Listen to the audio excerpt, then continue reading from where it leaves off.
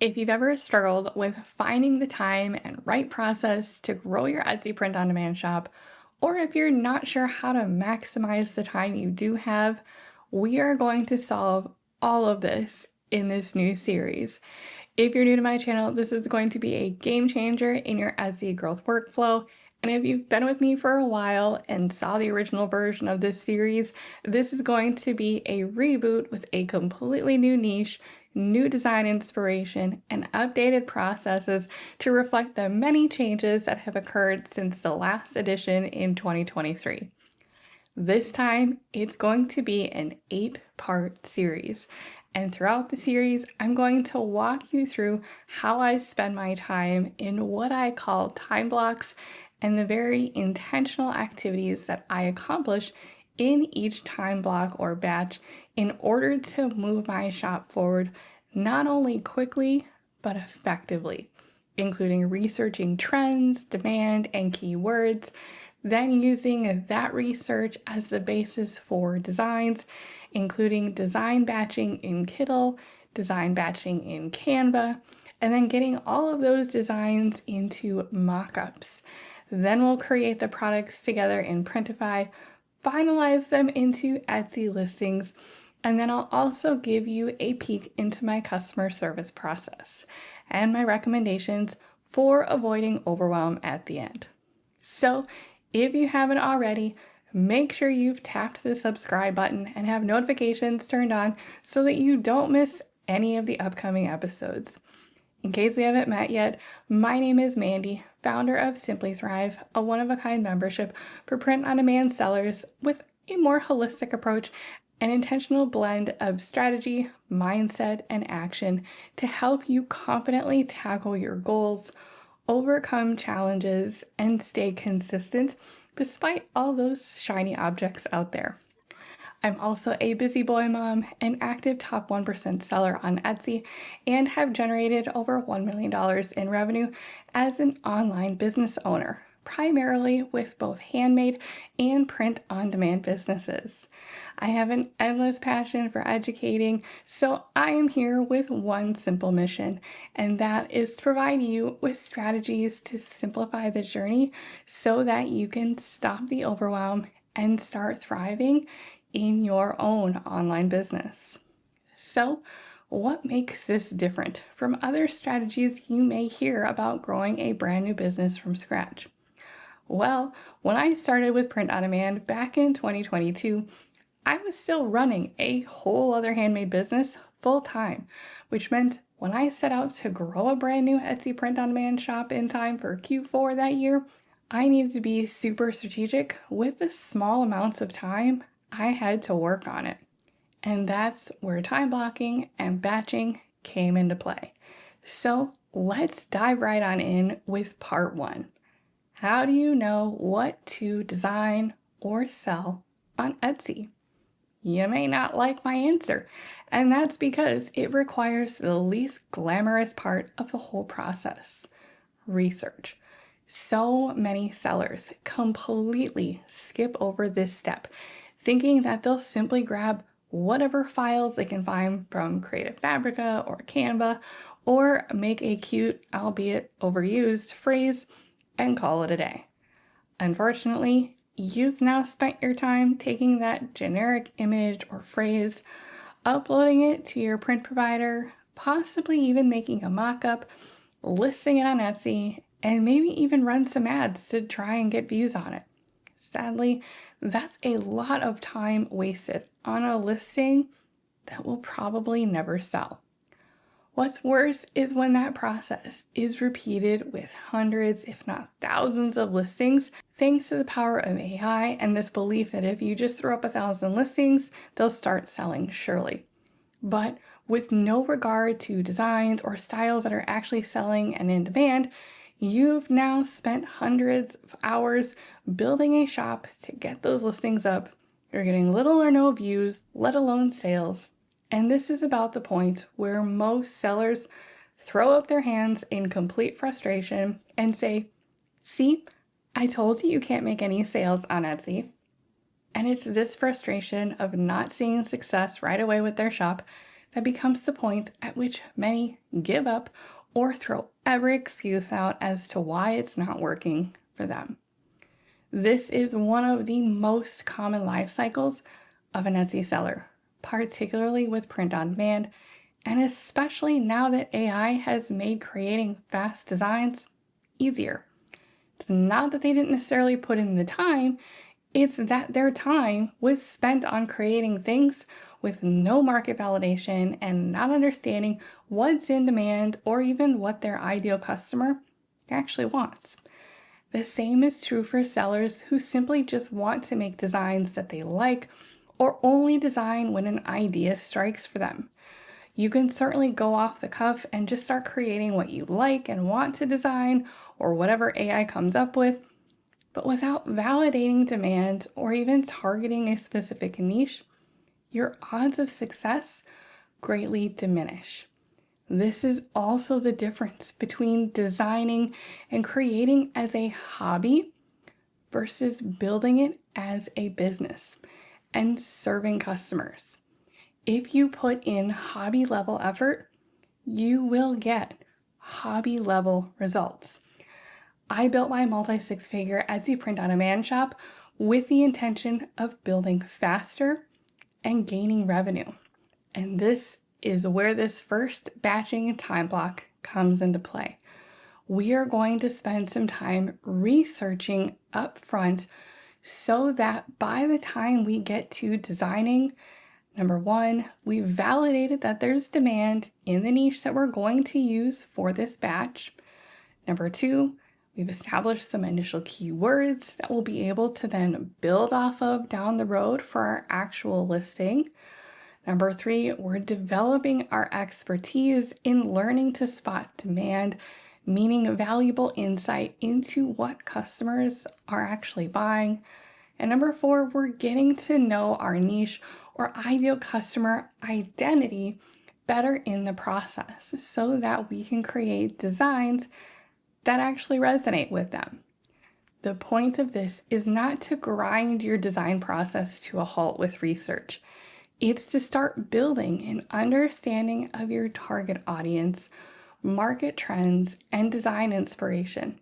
Because here's a hint, the better job you do upfront of researching, the easier the rest of the processes will start to flow. And the more likely your listings are going to perform better sooner, especially the more that you practice this process. If you are building out a niche that you are completely unfamiliar with, you'll want to give yourself plenty of time to research. If you've got some familiarity with the niche, but you're hesitant on designing, then you may not need to spend as much time researching the niche itself, but more time on what I call discovery scrolling on Etsy. We're going to assume that this is a brand new niche for us for the purposes of this batching, just for the sake of showing you all the sides of the research process. So let's break each of these down a little further for this batching of research. Number one, like I said, we're validating niches with demand. So I'm going to give you a little shortcut here. My top niche themes that I like to pick from fall into one of 5 categories: hobbies, professions, life milestones or events, pet ownership, and personal passions. I'll link my video that talks about each of these, but in my Passions to Profits niche playbook, I highlight several different niches within these themes that have demand and are profitable. I'll link it for you below if you want to grab this extensive guide. It's also in my membership. But in the meantime, let's focus in and I'll let you in on a little secret. One of them is birthdays. And if I take a look at that page from my playbook, you can see that one of the keyword phrases I've provided is 30th birthday gift for her. Here's how to further validate it. First, I'm going to start in eRank, one of the tools that I've used for many years, even with my handmade business. Now, when I'm in eRank, whenever I'm validating a niche, I start with a broad keyword search. So for example, I've just typed in 30th birthday. And since I'm an E rank, I'm also going to start knocking out the second part of this, which is establishing some initial keywords. So with this broader search, I can see that yes, there is clearly demand here. There's also competition, and that's why we drill down further. But what I'm doing is I'm validating that at least broadly, people are searching for things in this niche of 30th birthdays. So the next thing I'm going to do as I'm researching is, and as I'm digging in a little bit further to validate kind of where that demand might be, I'm going to create a keyword list so that I can easily save things as I'm researching. So in eRank, there's a little keyword list, and you'll see that down here. I've got several, and so I'm just going to create a new one, and I'm just going to call it 30th birthday.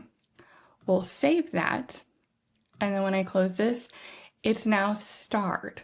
So then what I'll do next is I'm going to sort by average searches, because I'm looking for keywords and potential phrases or even sub-niches within this broader niche where there might be some strong demand, aka searches.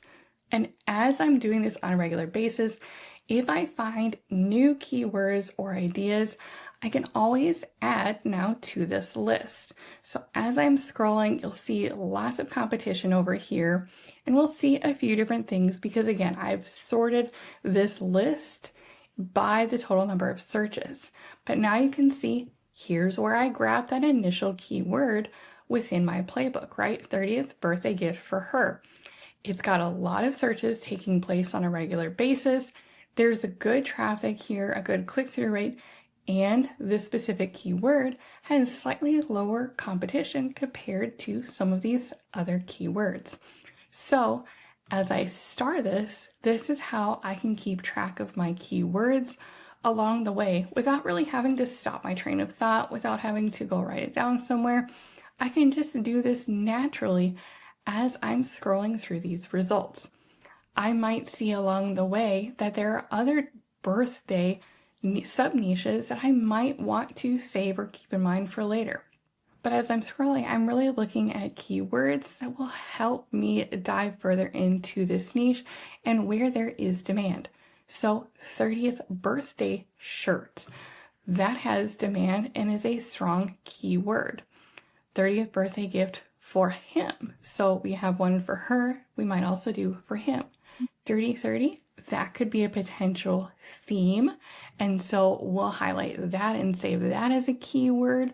And so we'll continue through this. And again, just continue saving some of these depending on the product type you might want to sell. Favors could be an option. So we could save that as a potential keyword. And we'll just continue scrolling to see if there's anything else. The purpose right now is we're validating demand. We're getting a sense of what types of searches people are doing related to this broader 30th birthday niche. Best friend 30th birthday gifts, so that's another potential. As you scroll through the results, you will sometimes see as we get farther down, the search volume is less, and in many cases, the competition is less. Typically, as I'm looking at this over time, and again, as we think more about building the listing, but as I'm looking at demand, one of the things that I can pay attention to is there are specific searches for very specific things. And so as I'm creating products, there are going to be opportunities where I might be able to leverage this because while it's not as high as the demand up here, there are potential for these keywords to be included either in the themes or the designs that I could leverage to reach a more specific ideal buyer. And like I said, as you do this on a regular basis, if I find these new keywords or I run other searches that are related to this, I can continue to add to this keyword list. So the beauty of this is that as I then go to my keyword list and I go to this 30th birthday keyword list, they're all now saved, and I can even look at and resort by which potential keywords or which potential sub-niches or themes is there strong demand for? And since these are all now saved in my keyword list for this niche, I can even monitor their performance over time because customer search habits do change. Now, of course, eRank and every other system like it is not perfect because Etsy does not release all of its data, including searches, to anybody. It is proprietary to Etsy. So systems like eRank and Everbee use third-party data to serve as a representation of the searches potentially taking place. And in some cases, they also use an algorithm to really derive information from the data they do get to kind of come up with their own informed data. So while it's a good starting point and can give you some great clues and insight, I always go and validate demand in the marketplace directly as well. So much like with eRank, I'm going to head to Etsy in this case to do a broad search in this niche to validate demand. Now, with a broad search like 30th birthday, I'm going to first type that into the search bar. And before I hit enter, I'm going to look and see what other keywords pop up.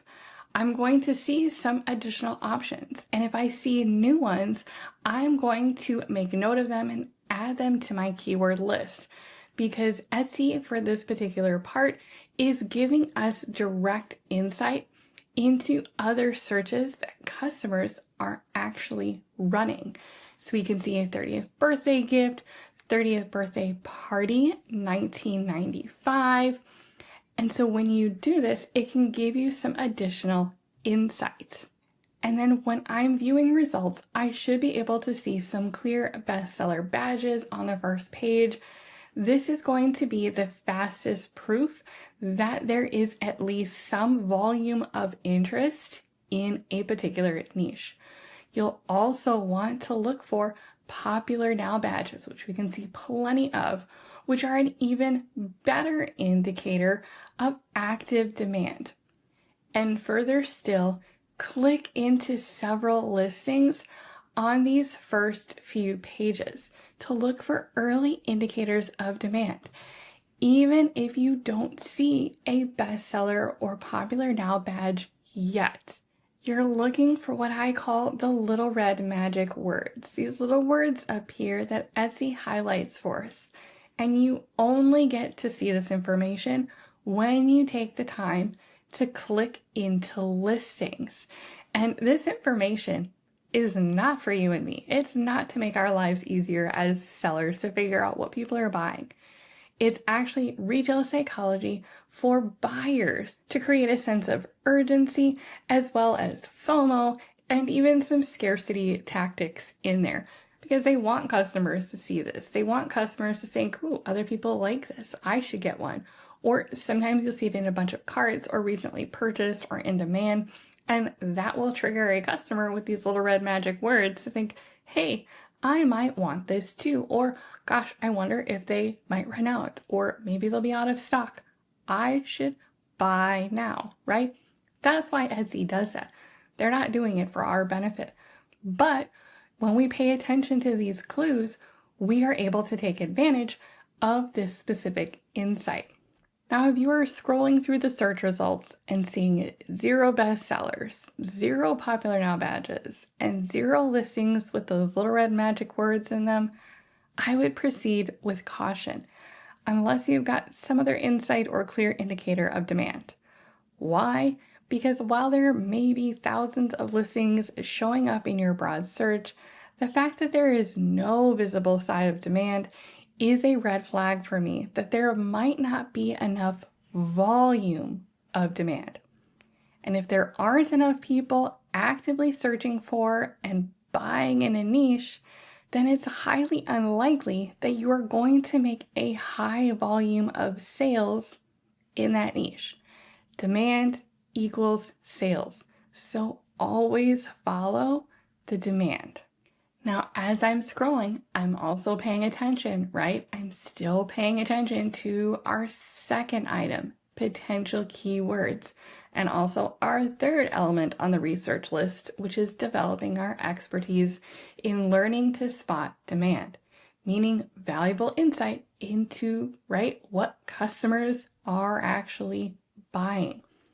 When I spot some top sellers or these popular nows, I can use the eRank Chrome extension to see potential keywords that I might not have thought about.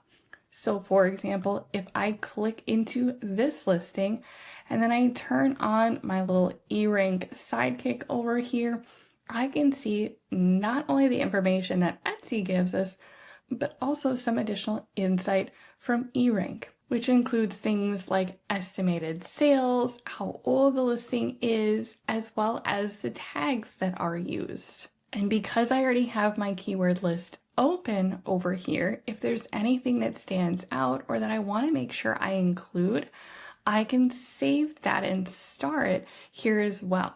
So I tend to like a balance of both high search, low competition words that we looked at earlier, as well as incorporating some keywords that might have some higher competition, but we know are in demand that people are searching for.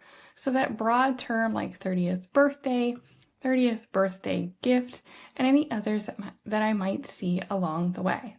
Even if you aren't using a tool, we can still use our powers of observation here, right? To see what's in their title and how customers potentially got to this particular listing.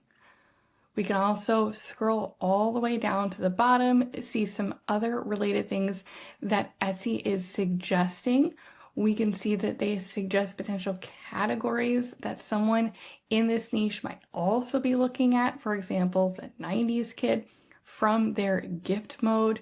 We can also see some insight into collections from Etsy shoppers, so their favorite lists or things that they have created, to see what other types of designs might they be interested in. And finally, this is also the little cheater method for finding the tags that listing is using if you don't have a tool that you're utilizing along with your searches. And again, over time, these are all going to be some of the leading indicators of how customers not only found these listings, but also things that are similar to what they're interested in. And so we repeat this process as we are looking at these different listings that are appearing on this page so that we can gather some insight. We can even look at their description to see how are they structuring that? How are they giving customers information? What other colors are they offering, and what type of information are they providing? And again, this all over time, as you are researching, not only gives you information for the demand, but also gives you clues as to how these other sellers are standing out from the competition and attracting customers to convert and buy their listing. One thing that I also like to do over time is, as I'm scrolling and as I'm seeing things that are interesting or that I'm seeing that are in demand, I want to take note of them. I want to pay attention to the styles that they're using, the fonts that they're using, the other design elements that they're incorporating, and even the color palettes that they might be using.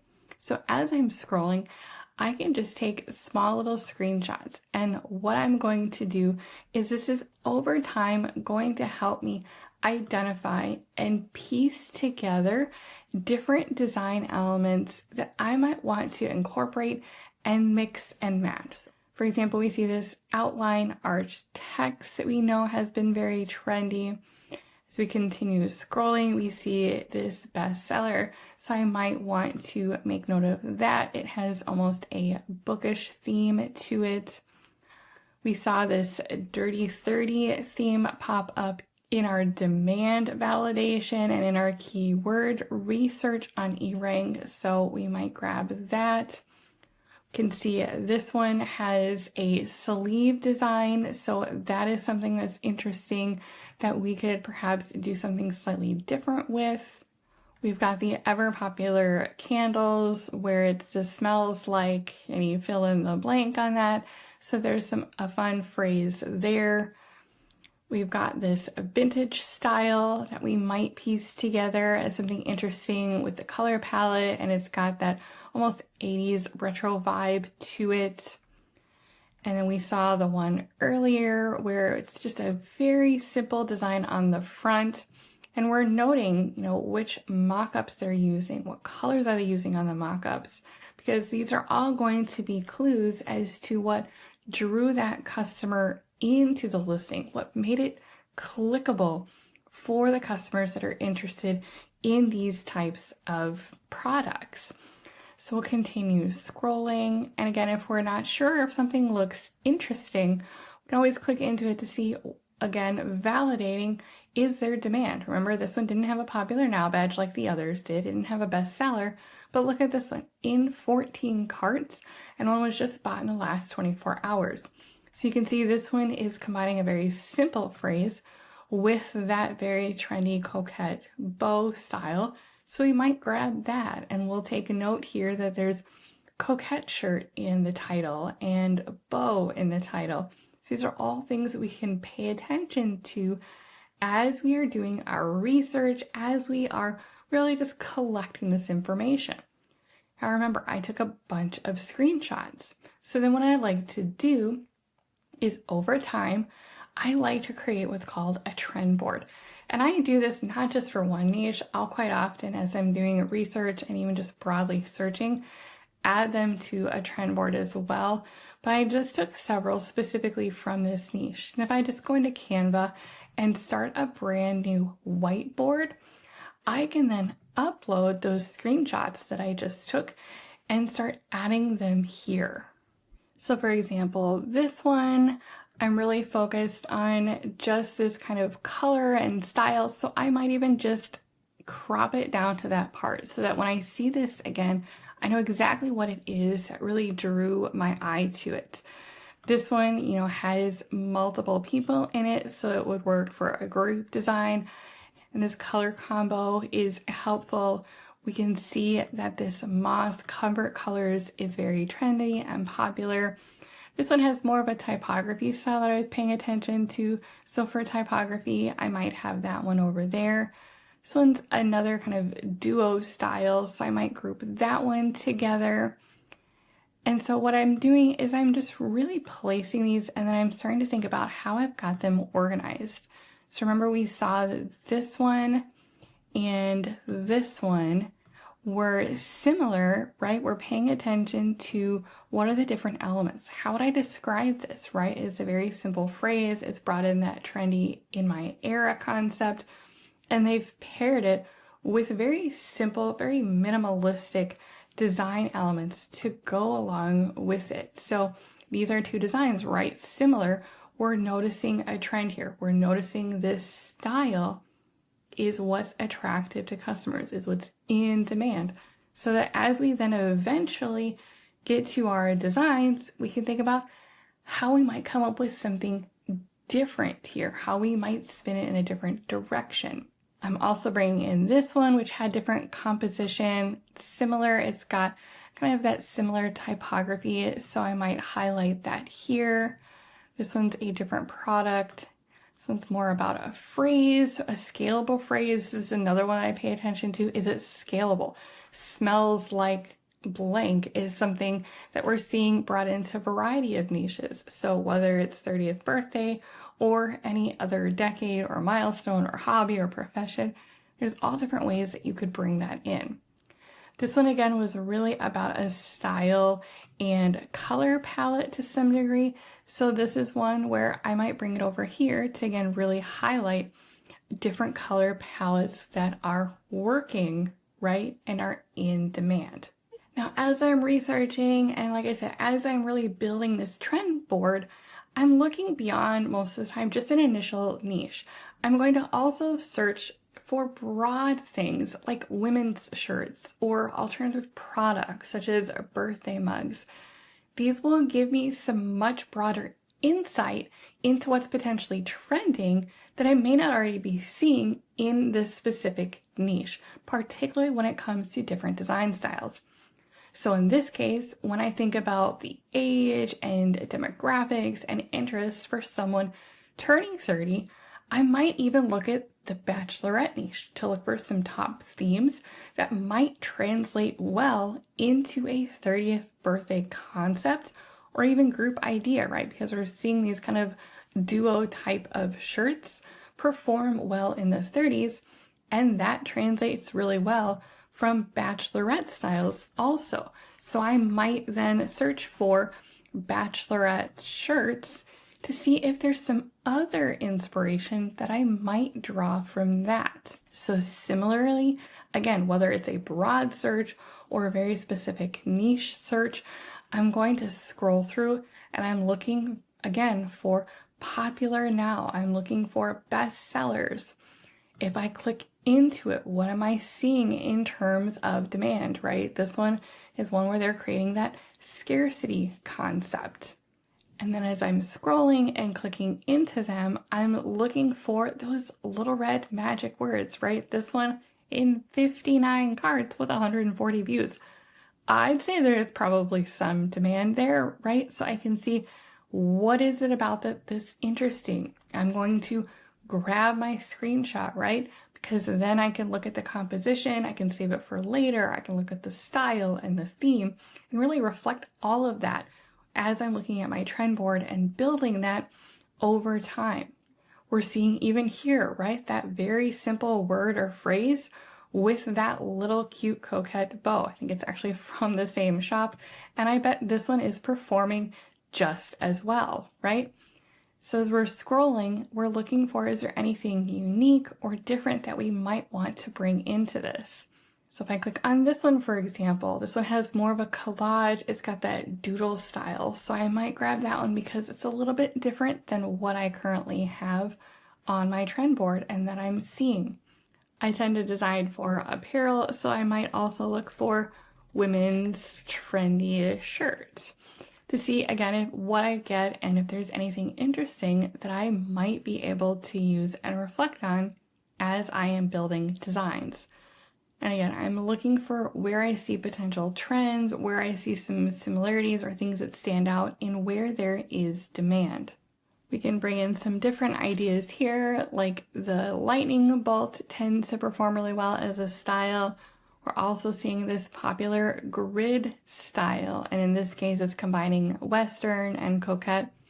And notice that these don't necessarily have a specific customer identity with them because we did a very, very broad keyword search in this case, so there's going to be a lot of competition.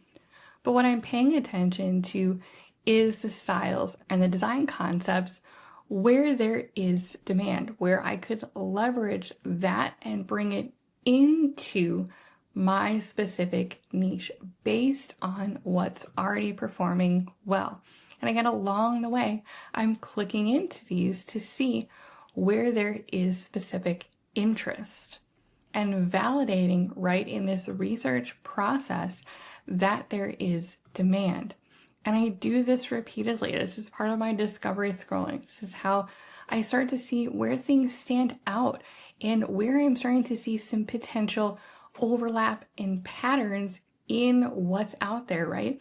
So we've even seen like this one with the checkered style font and the fill in the letters that we've seen, right, several times. We've seen this collage style, this doodle line art several times.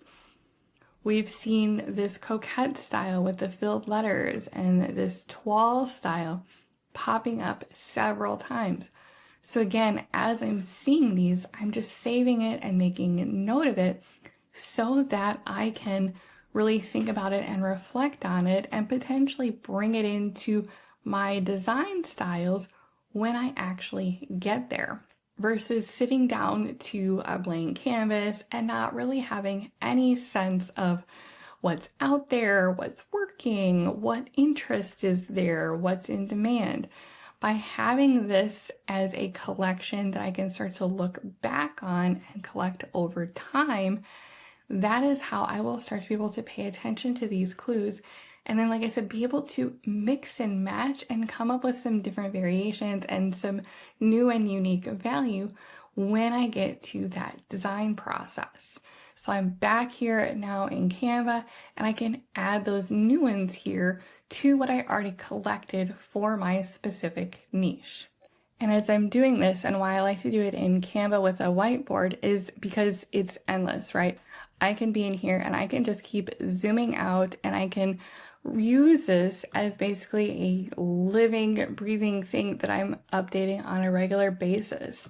So we've got this one, and like I said, I can organize it based on different styles, based on different themes that I'm starting to see. So these were different design styles. So they're kind of on their own, but these where I'm seeing a collection of things. I'm seeing what I call and tend to refer to as a collage of things. And that's where there's these multiple design elements that are in one unique full design that are brought together that make it cohesive based on a particular theme, right? So I'll lump those together, and then we've got another typography style here. It's filled lettering, so that's kind of got its own little style there that we might add with our typography area.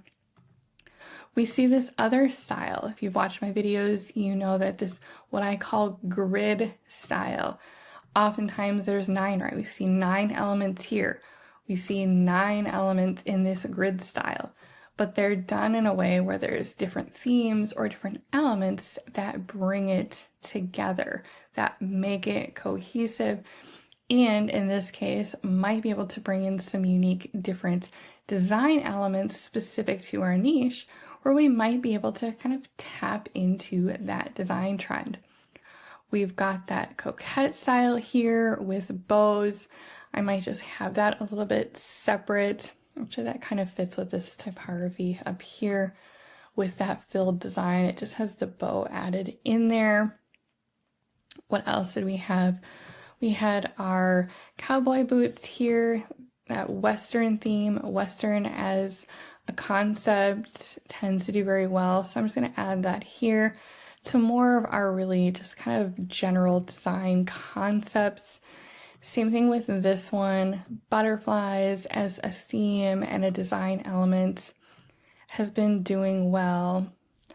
And we'll call, I think that's most of the ones that I added in this time. So you can see now, right, we've got some different design elements. We've got almost like a cross niche here is one that I pulled with this one related to books. We've got a color palette and specific concepts that were here with these. We've got some duo options or some group options. We've got different typography. We've got kind of this collection of different collages or groupings of things. This one is almost a combination, right, of this kind of style with words on the top and bottom, and the mix of the collage in the middle. We can see small little elements in there, right? And this one has that Lucky in Love concept. Again, this is a bachelorette one, but again, we're paying attention to different design elements that are working that could potentially translate to a similar or adjacent niche or customer identity. We had this one with just this simple design concept in the middle, and we had our grid element designs down here. So now you can see we've got this collection of ideas that we've started building out, where when we get to our design process, we'll have something to start building off of and really thinking about when we get there. Another place where I like to look at demand and design trends is beyond the virtual walls of just Etsy. If you want to be able to make a good design and see trends as they're happening, you also need to be able to understand what a good design is. This gives your mind something to start processing and learning. As always, this isn't about copying what's already out there. Same thing with Etsy. It's not about copying what we're seeing competitors doing. It's a matter of getting a feel for what colors, mock-ups, styles, fonts, designs, text composition, and all of that are currently being sold in places like Etsy with high demand, because these are going to be our clues that we can start to learn and mix and match and create and add our own value to when we get to designing. Now, depending on your niche, Other places where you can do this might be online markets such as Urban Outfitters or Target or Eddie Bauer, Anthropology, or even Hot Topic, depending on your niche. On websites such as these, I can filter searches by bestsellers to see what their audience is buying. And you can also look at the new arrivals to see what's potentially an upcoming trend to pay attention to. If you're designing for the bachelorette or wedding niche, places like Pinterest are perfect for identifying trends, as well as niche specific sites such as The Knot. And again, as you're scrolling and something catches your eye, add it to your trend board. Now, I know this probably seems like a lot to keep track of and remember, but once you start doing it, the whole point is that it becomes a very natural process. I'm going where the data leads me, right? Like a detective following the little clues along the way. We're looking at eRank, we're getting some ideas, and then we're taking that and we're validating on Etsy so that we can see what actual customers are actually buying. Don't worry about trying to remember every little thing. Validate your demand, grab screenshots that you can refer back to later, and pay attention over time to any patterns or things that stand out to you along the way. The more you do this, the more organic and natural it will start to feel. The more you can have fun with this and the more you can enjoy it, the more likely you will be to continue following through with this process. Find joy in the journey. I promise it makes it so much better. Now, I don't go fully into this depth every single time I'm sitting down to start a new batch of designs. It really just depends on where I'm at in the process, whether it's a new niche, and how much research I've already put into it. In most cases, I will typically sit down and review my trend board and what's already there, scroll for any trend updates or new ideas that might be popping up. But in general, this process of discovery scrolling has really become more of a habit that I am repeating when I have those small little pockets of time, even if it's just 15 to 20 minutes, so that I can stay on top of the marketplace and so that I can constantly have some ideas around design floating around in the back of my mind. I do some form of this discovery scrolling almost daily because my brain is constantly on the hunt for new ideas, discovering new information about the market, looking at new ways to reach the various niches that I designed for. That way, when it comes time to that dedicated design time for a specific niche or target customer, the creativity flows much more easily over time. This is not an overnight process. This is cumulative, and it's a big part of how your designs improve over time. Which brings us to the fourth point. We want to make sure we get to know our niche or ideal customer identity better in the process so that we can create designs that actually resonate with them. Some of this we've already seen, right, with our broad niche search when we did the validation, when we did the scrolling and captured some screenshots. But to really create designs that are going to resonate, the deeper connection we can create, the better. If you have no idea where to even start with this, let's take a look at a couple ChatGPT prompts that I like to use. One of them is outline the most important aspects of the 30th birthday niche that I should know to create products and listings that resonate. Include insights on customer interests, unique keywords or themes, slang terms or special lingo, and preferred aesthetics. Another prompt I might try is I am creating 30th birthday shirts. What are the top trending party themes or activities for someone turning 30? In this particular case, I might also ask it what trendy sites would a millennial shop at if I wanted to explore some additional interests or design ideas for products for this niche. And finally, I would also use my favorite prompt here. Give me 20 sarcastic phrases that only someone turning 30 would understand. This particular one will give you some ideas to start thinking about and take note of before you even get into the next phase of design batching. I also have a special niche creator custom GPT where you can simply type in your niche and it will also give you some different ideas and inspiration around designs and even some AI prompts if you want to use some image generation. I'll make sure to link that for you in the description as well.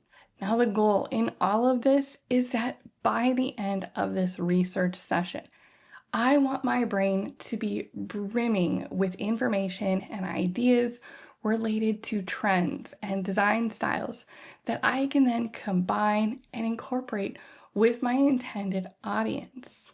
And the only way you learn to do this and get better at it is by researching, digging in, analyzing what you see, training your brain to look for these visual clues, and then building off of it. You can watch videos from people like me and other creators, but actually learning how to do this yourself is how you yourself become an expert. One of my favorite sayings is, give a man a fish, he'll eat for a day. Teach a man to fish, and he'll eat for a lifetime. So take the time to do this. Take the time to research and study demand. And I promise you, over time, this is how you will dominate in your shop.